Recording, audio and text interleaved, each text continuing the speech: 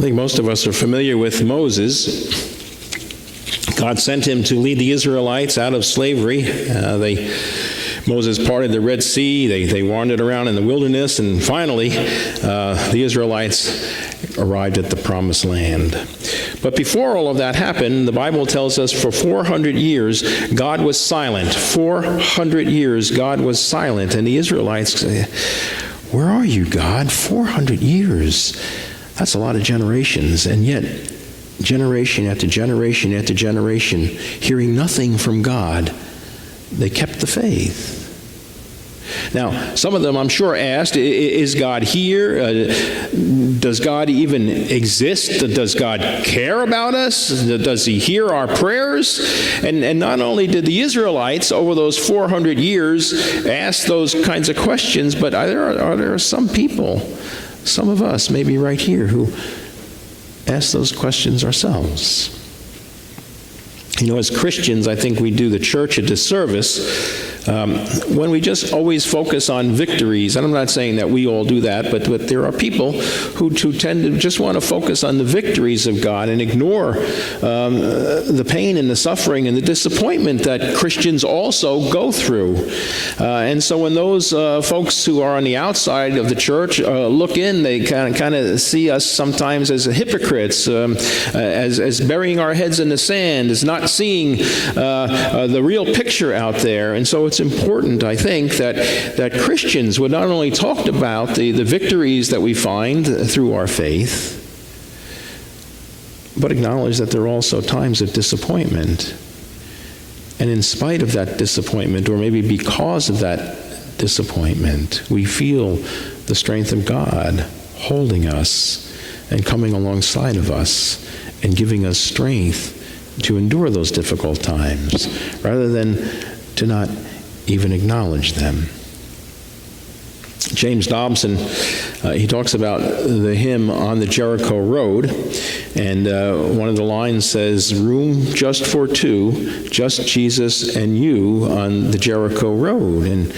And Dobson says it's not just two, it's not just Jesus and you, it's the whole church. It's the church that's on the Jericho Road. And also the hymn says, "Never a care on the Jericho Road." And you know, we've been talking about this. Is that true? Christians never have a care on the Jericho Road? Is that true? We only have victories? No. There are cares, and there is pain and disappointment and suffering for Christians on the Jericho Road. Philip Yancey, he talks about a nurse, and she grew up in a Christian home, and she grew up in a happy home. She said life was good for her. She didn't really have anything bad happen to her while she was growing up, and now she's a nurse, and she's working in a hospital, and she said her life is great. But yet, she says she sees some patients who struggle with a lot of things, for whom life is not so great. She sees some patients who don't get better. She sees some patients who die. You know, in Psalm 22, the psalmist is saying to God, "How can you allow suffering and pain the way you do? How can you do that? Don't you care? Don't you care about your people?" And that's Psalm 22. And then in Psalm 23, the psalmist is saying, "The Lord is my shepherd. He leads me, to green pastures, to still waters." Two different pictures, Psalm 22, Psalm 23. Two different experiences. And yet, we as Christians experience both. Psalm 22, where we have anguish and wonder if God cares, and also Psalm 23, where Jesus is our Lord and leads us to still waters. You know, even Jesus, who is perfect, he cried out, my God, why have you forsaken me?"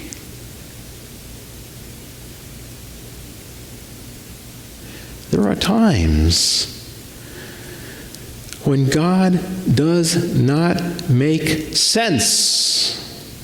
Noah was ridiculed by all the people in the town building that boat. Come on, you're building this huge boat? Are you kidding me? And yet Noah, he kept the faith. Daniel was thrown in the lion's den. Did that make any sense? But Daniel, he kept the faith. Job had everything bad that could happen to a person happen to him. What sense is there in that? And yet Job kept the faith. Husbands and wives, they go through rough patches from time to time. And yet they hang on. And they keep the faith. Sometimes God is silent. In 2 Chronicles, it says, God let Hezekiah go his own way in order to test his character. And Job said, I looked for God in the north, I looked for him in the south, I cannot find God anywhere. Sometimes God is silent. Douglas was a psychologist in Chicago, and he was a very successful psychologist. He had a very lucrative practice going, and life was good. But he kept somehow getting this sense that God was calling him to leave his lucrative practice and go and work with the poor. And Douglas said he just continued to have this sense that God was calling him to do this. And so he talked it over with his family. They prayed about it, and over time they made the decision that he would leave his practice and he would go work down in the inner city and help those people who couldn't pay anything. And so the family took quite a huge adjustment in their standard of living. And Douglas had been working in the inner city for 2 years when his wife was diagnosed with cancer.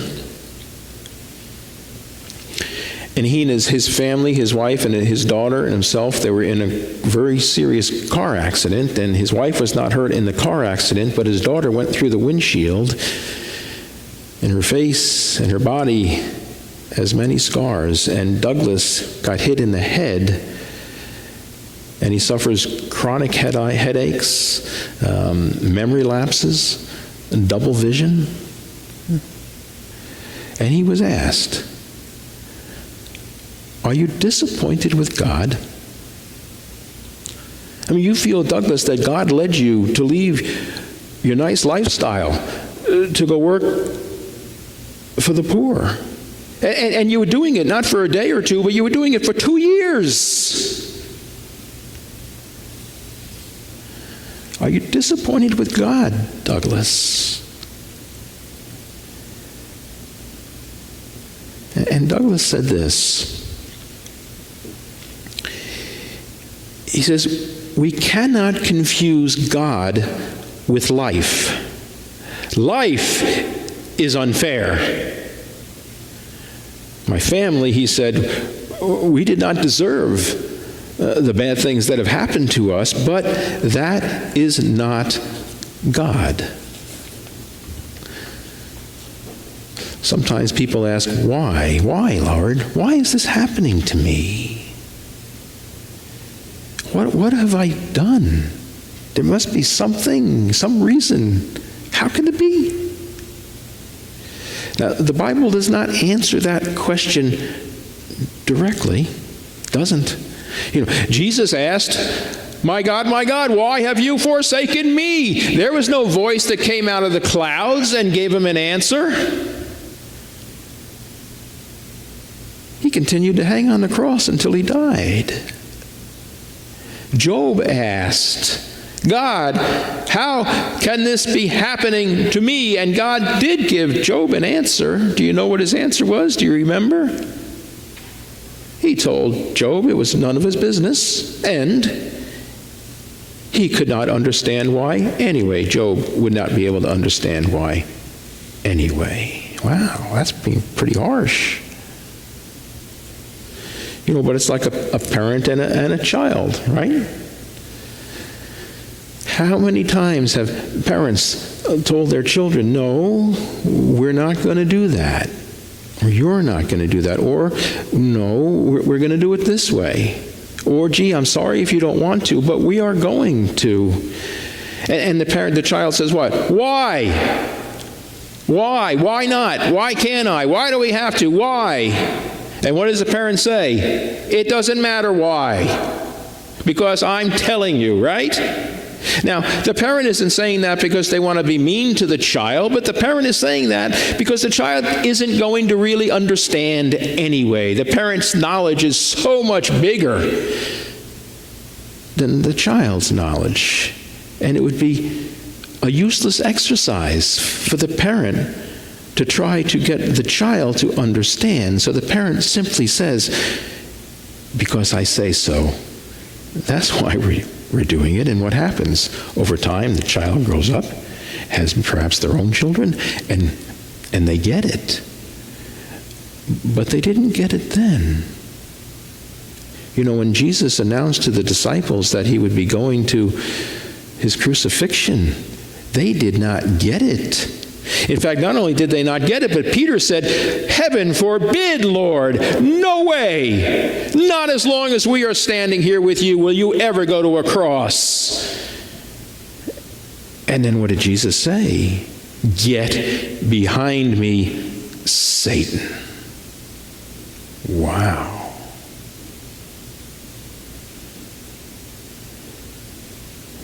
And Jesus understood